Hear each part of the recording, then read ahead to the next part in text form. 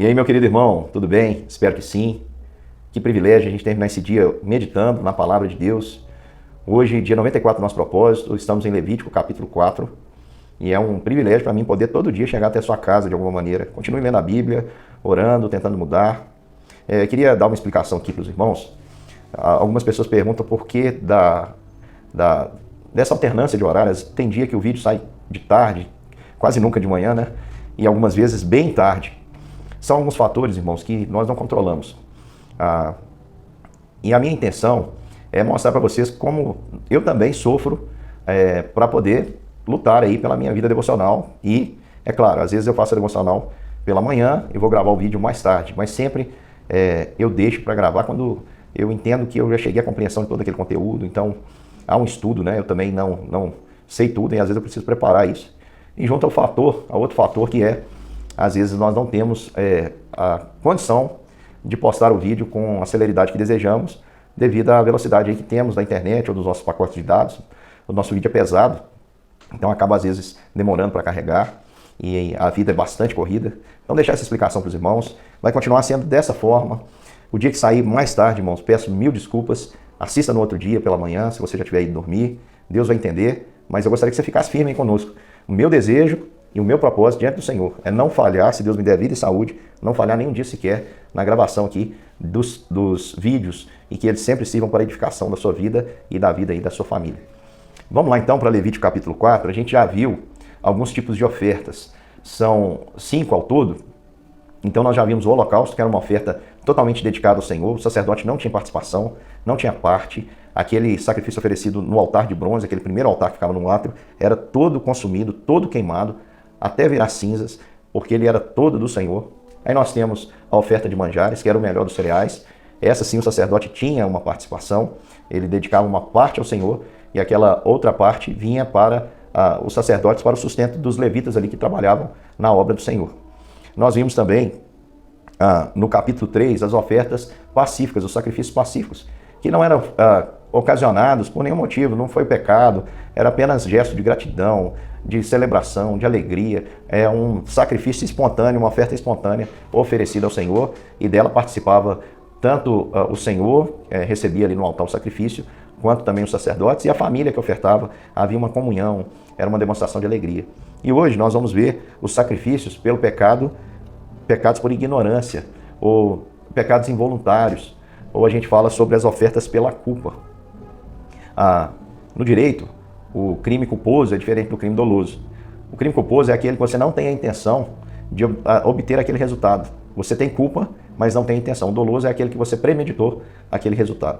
Portanto, o pecado culposo, vamos dizer assim, uma oferta pela culpa, está bem descrito aqui no versículo 1 e 2 do capítulo 4. Diz assim: disse mais o Senhor a Moisés: fala aos filhos de Israel dizendo, quando alguém pecar por ignorância, ou seja, a falta de conhecimento levou aquela pessoa a cometer um pecado. Alguém pecar por ignorância contra qualquer dos mandamentos do Senhor, ou fazer contra algum deles o que não se deve fazer, aí, então, aqui é o princípio. Então, quando alguém pecar por ignorância contra qualquer dos mandamentos do Senhor, e por fazer contra algum deles o que não se deve fazer, ou seja, aquela pessoa pecou porque lhe faltou conhecimento, ela não se atentou para aquilo ali. Isso acontece muito com a gente. Por exemplo, eu muitas vezes já pequei, né? E estava pecando e não havia atentado para aquilo ali. E alguém chega e te exorta à luz da palavra e você percebe então que você está errado e que você precisa de mudança. Eu vou dar um exemplo para você. Nos meus primeiros momentos ali de conversão, eu lembro, havia um desejo em mim de alcançar aí, acho que todo mundo que crê nos primeiros dias acredita que vai viver uma vida em aclive, né? Uma vida que você vai conseguir somente progredir. E a gente tem que tomar muito cuidado, porque isso gera uma espécie de soberba espiritual. Porque quando a gente começa a mudar, a experimentar mudanças, a gente tem um costume, uma mania de achar que estamos sendo melhores do que outras pessoas, porque deixamos de fazer alguma coisa que fazíamos, porque evitamos algumas coisas, alguns ambientes. E certa vez eu estava aí nessa imaturidade dos primeiros passos, e alguém chamou minha atenção e mostrou para mim dentro da Bíblia que aquilo ali era uma atitude soberba. Que toda vez que eu estava agindo daquela forma, pensando daquela forma, eu estava me achando, me considerando melhor do que o meu irmão. E por isso eu estava pecando contra o Senhor. Eu ouvi a exortação e decidi mudar a minha caminhada, o meu pensamento. Eu estou dando um exemplo aqui de um pecado por ignorância. Muitas vezes a gente faz algo achando que está certo, mas Deus não nos deixa no engano. E logo, logo, logo nós vamos ver a placa aí, a sinalização da palavra de Deus dizendo que nós estamos errados. E o que nós devemos fazer diante da sinalização? Obedecer às placas e voltar para o caminho certo. Mas não deixe de ser, não é apenas pelo fato de não ter o conhecimento, de ter passado despercebido algum ensinamento das Escrituras, de não ter refletido, que o pecado deixa de ser pecado. Então, o pecado por culpa, que é diferente do pecado doloso, né? O pecado culposo, aquele que você tem um resultado nocivo, mas você não tem intenção de chegar àquele objetivo, àquele resultado. Então, esse pecado, ele não é porque ele é por ignorância que ele deixa de ser pecado. E uma coisa também que a gente precisa aprender é que a Bíblia deixa claro para nós que há pecados mais graves que os outros. Essa história de que não existe pecadinho, pecadão é mentira. Não existe pecado que não seja grave. Todo pecado é grave. Mas há pecados mais graves que os outros. Conseguiram entender? Todo pecado é contra Deus e é grave. Mas há pecados mais graves que os outros. E aí eu vou pôr uma tabelinha aqui, que eu digitei, mostrando aqui para vocês, com 4 colunas. E nessa tabelinha eu vou mostrar exatamente a diferença. Que quando um sacerdote ele pecava, ou toda a congregação, parecia ser algo mais danoso do que o pecado de uma pessoa comum. E de fato, a gente sabe que a queda de um líder representa muito mais. Então vamos começar. Eu vou me afastar aqui um pouquinho para que você possa ver. Então vamos lá. O sacerdote, se ele pecasse, olha o que ele devia fazer. Então tá aqui a coluna, você vai ver separados aí o que cada um devia fazer, a diferença, né? Então quando o sacerdote pecasse por culpa, ele tinha que apresentar um novilho sem defeito. Vamos lembrar que o novilho dos animais oferecidos era, vamos dizer assim, o mais caro, né? O mais dispendioso. Também, equivalente ao sacrifício quando um sacerdote, um líder pecava, era o de todo o povo, a congregação. Quando a congregação pecava contra o Senhor, havia um pecado entre o povo por ignorância, eles deveriam oferecer um novilho sem defeito. Lembrando que sem defeito algum, lá na frente a gente vai ver as especificações, porque apontava para Cristo. Agora, se fosse um líder, podia ser um líder da tribo, um príncipe, poderia ser um rei, ele haveria de apresentar um gado miúdo, por exemplo, um bode aqui sem defeito, que o livro de Levítico vai chamar de gado miúdo. E se fosse uma pessoa comum, uma cabra sem defeito. Interessante que o líder apresentaria ali um bode e a pessoa comum uma cabra, né? O que acontecia? Os sacerdotes, eles tinham que impor a mão sobre aquele animal, era a representação de uma confissão do pecado, eu pequei.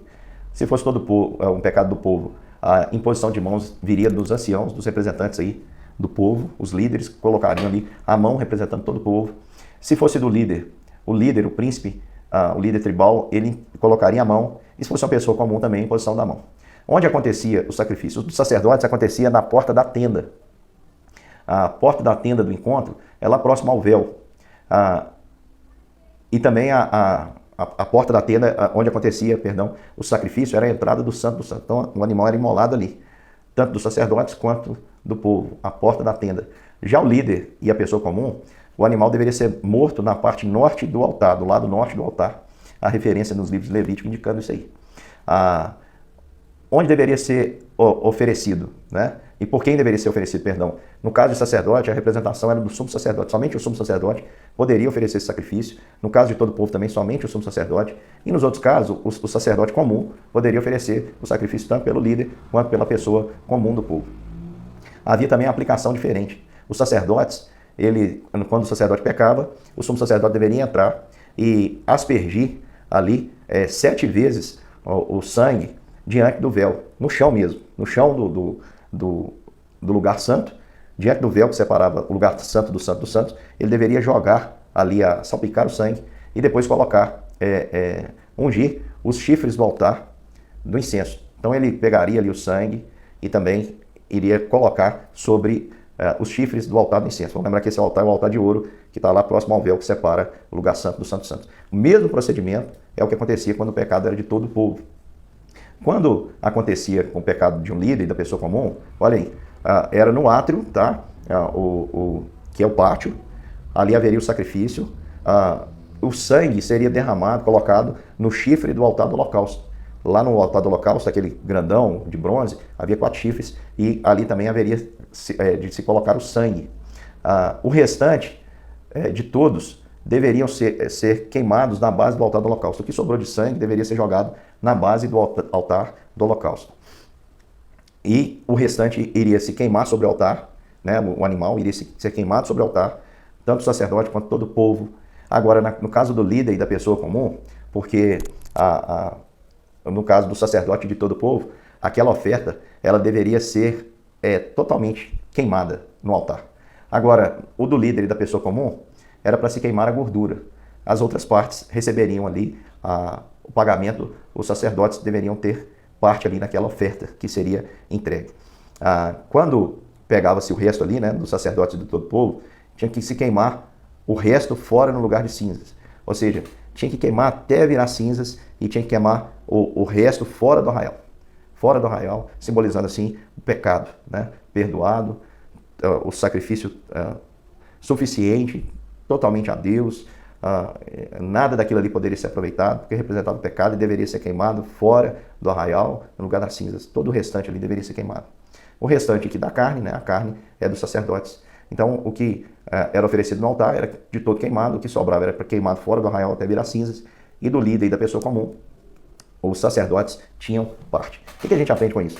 Por exemplo, nós percebemos que há uma regra muito mais pesada, um custo muito mais elevado para o pecado do sacerdote e também para o pecado que representava todo o povo. Nós vemos aí essa situação. Isso representa que o pecado do sacerdote, do líder, daquele que representava Deus, e também um pecado nacional, um pecado de todo o povo, tinham consequências maiores do que o pecado de um líder ou de pecado de uma pessoa comum. E a gente vê um princípio aqui muito interessante. O sacerdote, o servo de Deus, o seu pecado tem mais gravidade do que o pecado de um príncipe. Por quê? Porque o seu trabalho é, vamos dizer assim, mais importante do que aquele que lidera. Aquele que representa Deus diante do povo tem um trabalho mais importante do que aquele que cuida de questões administrativas do povo. Não é à toa que, certa vez, alguém ofereceu Spurgeon, eu já ouvi a história, não vou lembrar de detalhes, se eu não me engano, a rainha da Inglaterra ofereceu a Spurgeon o título de embaixador, e ele disse que ele se recusou dizendo que não podia aceitar, porque ele não podia se rebaixar, porque ele já era embaixador de Cristo. Então esse é o significado. E é fato, a gente sabe que a queda de um líder, o desviar de uma nação, traz consequências muito maiores do que o pecado de uma só pessoa. E por que tanto o líder quanto a pessoa comum, o sacerdote poderia fazer, eles teriam parte naquele pagamento? Porque isso aconteceria corriqueiramente. Porque se espera que líderes comuns, líderes, principalmente políticos, errem na liderança.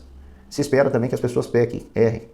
Mas todos têm uma expectativa muito grande quanto ao líder que Deus estabeleceu para uma comunidade. A queda de um líder espiritual arrasta muita gente. Se você puder, ore sempre pelo seu líder, ore por mim. Porque nós somos falhos, somos pó, somos homens sujeitos aos mesmos sentimentos. E a gente sabe que carregamos uma responsabilidade muito grande, né? As pessoas têm uma expectativa muito grande quanto a nós. Nós sabemos que o nosso erro gera muita dor. É realmente uma tragédia quando acontece. E a gente tem também, muitas vezes, a nação errando, né? Eu fico a pensar na nossa nação, quanto nós erramos e pecamos contra o Senhor, quanto nós brincamos, quanto nós nos vendemos, quanta gente, esse ano, por exemplo, é um ano de eleições, quantas pessoas acabam se corrompendo, né? Quantas pessoas vendem sua consciência, aprovam, comungam com aquilo que não aprovam, simplesmente por vantagens financeiras. É muito triste, é muito triste. Deus, com certeza, ele fica entristecido. E se você acha que todo mundo faz, a partir de hoje você sabe que não é assim que deve se proceder. Não é mais o pecado da ignorância. E o pecado ele é culposo enquanto a pessoa permanece na ignorância. Trazendo-se luz, a gente sabendo a orientação que a placa traz, a gente precisa corrigir o nosso caminho. Então, meu querido irmão, eu digo para você, não peque contra o Senhor. Nossa cidade, nossa nação, a nossa nação precisa se arrepender, se converter dos seus maus caminhos, clamar a Deus e esperar que o Senhor cure a nossa terra, sare a nossa terra. Nós precisamos admitir que nós vendemos os nossos valores, negociamos as nossas convicções, justamente porque acreditávamos que a vantagem econômica ou o favorecimento em alguma área, alguma classe profissional, valeria a pena. E nós temos visto, nós temos colhido o fruto da nossa ignorância, do nosso pecado. E não é à toa que a Bíblia diz que o povo está sendo destruído porque falta conhecimento. Então, conheçamos e prossigamos em conhecer o Senhor. Ore pelo seu líder, ore pela sua nação, ore por aqueles que te representam diante da sociedade, por todos. Você deve orar por todos, até aqueles que você acha que você tem repulsa. Você precisa orar. São autoridades constituídas por Deus com algum propósito. Você precisa orar por eles. Orar do presidente ao conselheiro tutelar da sua cidade. Todo mundo que tem algum cargo eletivo, o servidor público, o policial, você precisa colocar diante de Deus toda autoridade, porque toda autoridade é constituída por Deus para um fim. Lembre que é Deus que levanta, é Deus que derruba, é Deus que honra, mas é Deus também que traz o juízo. E ore também pelas pessoas. Nós todos somos pecadores, sem paciência. Trate o seu irmão culpado como você gostaria de ser tratado em seu erro. Perdoe, seja misericordioso. Já falei demais, meu irmão. Que Deus nos abençoe. Um grande beijo e até amanhã.